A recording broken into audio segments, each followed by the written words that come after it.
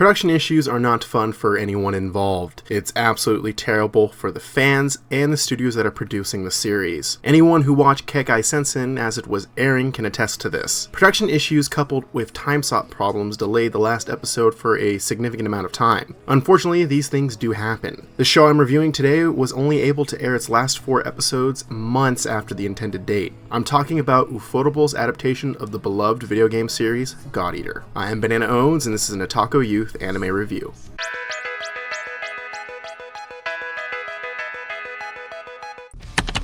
God Eater takes place in the rather tired post-apocalyptic setting. The world is besieged by invincible creatures known as Aragami. In the last few bastions of humanity, an organization known as Fenrir developed a means to combat the Aragami. Using Aragami cells, Fenrir managed to create guns and blades known as God Arcs that are capable of killing Aragami. The story follows the plight of a newly minted God Eater named Lenka Utsuki. Lenka is one of the rare God Eaters that is able to transform his God Arc between gun and blade modes. The series places a lot of focus on Lenka's ascension through the ranks and on humanity's last effort to create a safe haven from the Aragami. Humanity is fighting a losing battle.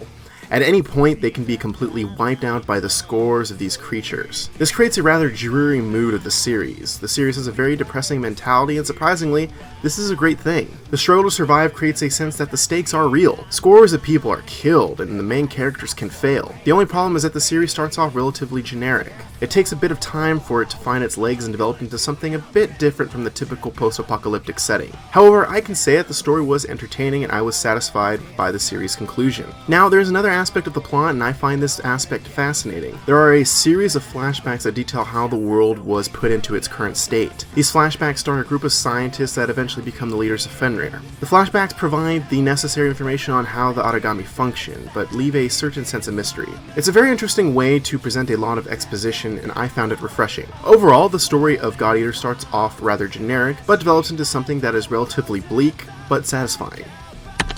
God Eater features a wide cast of characters that mostly manage to be interesting throughout the series. However, there is a select few that receive a significant portion of the screen time in detailing their backstories. Lindo is one of these characters and is sure to be an audience favorite, but for the sake of review, I'll only focus on Lenka and Elisa. Lenka is the typical protagonist that has a very tragic backstory that really highlights just how screwed up the world is. As a result, he is very kind and possesses an intense desire to help others, even if it requires reckless action.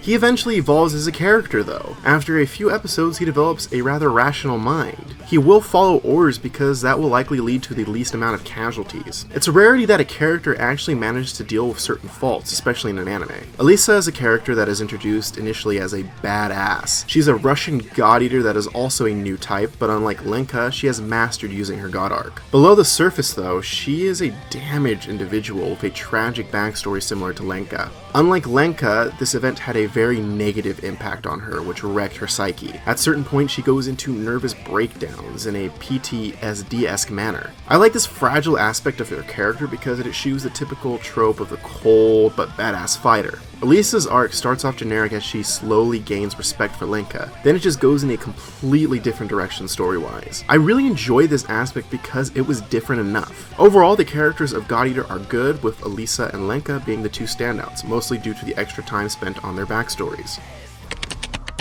It doesn't take a rocket scientist to figure out that God Eater has a unique animation style. This animation style was a large reason for the production issues, though. It caused a lot of issues due to the complexity of creating this CG-like effect. Seeing the animation quality, though, it was well worth it. This is one of the most unique looking series that I've watched. The almost cel-shaded motif makes every frame of animation with a human character look absolutely beautiful. This extends into the fight scenes as well. Every fight is choreographed perfectly. The new type God Eaters display these standout sequences of the series due to the constant switching between the various God Arc forms. Episode 3 has my favorite fight of the season, which showcased just how interesting these fights could be. The remaining episodes featured a large assortment of fight scenes that did live up to this hype. I initially was hesitant due to the use of CGI for the Aragami. They could seem out of place compared to the stylized nature of the animation. However, I found that after a few episodes, the look of the Aragami impressed me. They are monsters that are unnatural, so it fits that they seem a little out of place. Overall, the animation quality of this series was excellent,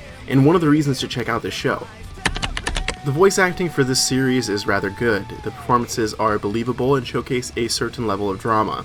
Elisa's voice actress deserves a special commendation due to her excellent portrayal of her nervous breakdowns. Now, the real standout of the sound design lies with the insert songs. There are a large amount of songs performed by Ghost, Oracle Drive, and these songs fit perfectly with the show. There are even a large range of moods portrayed by this band, ranging from action-packed bangers to slow songs. Any moment of this show has an insert song that fits perfectly with it. The sound design is great overall, and I can't wait to get a hold of the soundtrack.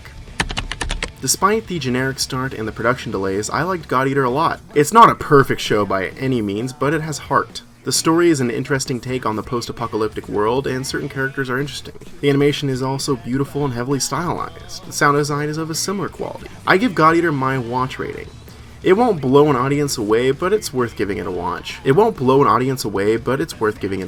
I'll be back next week for another anime feature, so thanks for watching.